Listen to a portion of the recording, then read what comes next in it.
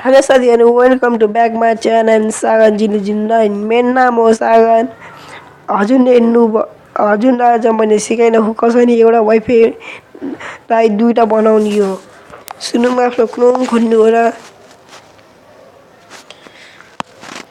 क्रोममा 9811 यो लेख्नु हो, 9892.168.1 लेखेर तपाईँले यहाँ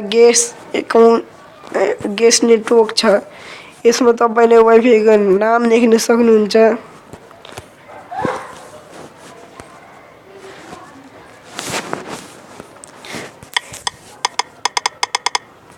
वन एक चिज सागन 009 यहाँबाट ओपन गर्नुहुन्छ कि क्लोज गर्नुहुन्छ लेख्नु होला। यहाँ तपाईँलाई वाइफाईको पासवर्ड लेख्नु होला। जस्तो म लेख्छु,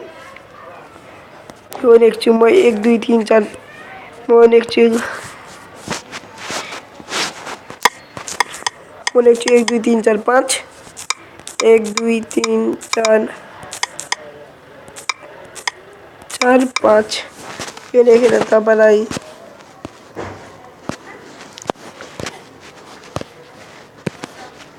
यहाँ सेभमा क्लिक गरिदिनु होला अनि लोडिङ लिनुहुन्छ।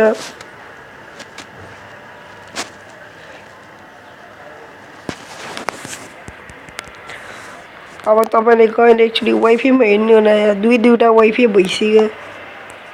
सागन भन्ने अघिदेखिको पायो सागन, यसकै कपी टिपिनिङको कपी गरेर मैले सागन 009 बनाएको। यसरी राइट प्रुफ गरिदिन्छु यहाँ वाइफाई कनेक्ट हुन्छ कि हुन्न भनेर। 3 4 5 1 2 3 3 4 5 हजुरले हेर्नुभयो र कनेक्ट भइसक्यो। र यो भिडियो ठुलो भएपछि सरी न, यति हो आजको लागि। यो भिडियो राम्रो लागेपछि कमेन्ट गर्नु, लाइक गर्नु, सेयर गर्नु, सब्सक्राइब गर्न नबिर्सिनु र अझ बेल आइकन दाब दिनुहोस् त नयाँ नयाँ भिडियो पाउनुहुन्छ। थ्याङ्क